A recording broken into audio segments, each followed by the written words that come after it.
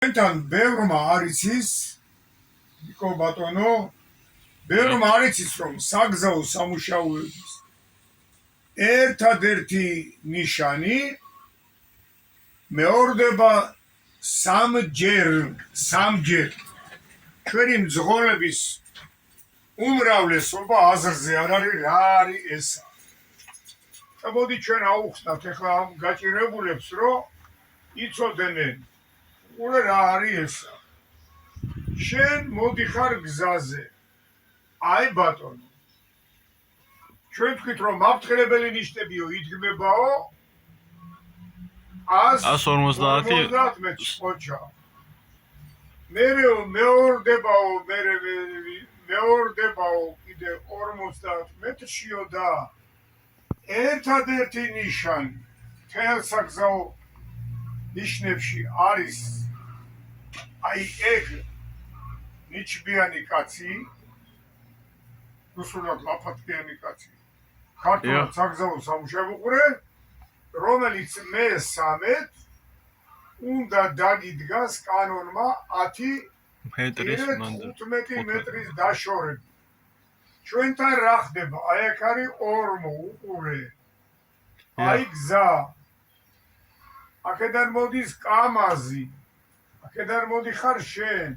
გაიარე, აგერ აღარ დაგიდგა ნიშანი, გაიგე? და აქ არ გეგონა ორმო იყო, აიღე მარცხნივ და აგერ დაეჯახე ამ კამას. ეხლა მიდის გამოძიება და საწყალი მძღოლი იჭედება ყოველთვის. ჩვენთან ამ უტვინოების ზეიმში, როცა არც მაინდა მაინც მძღოლმა იცის კანონი, ყველაზე ადვილია მძღოლი გაამტყო. ყველაფერში მძღოლს ამტყო. ეხლა აქ რაზეა ლაპარაკი?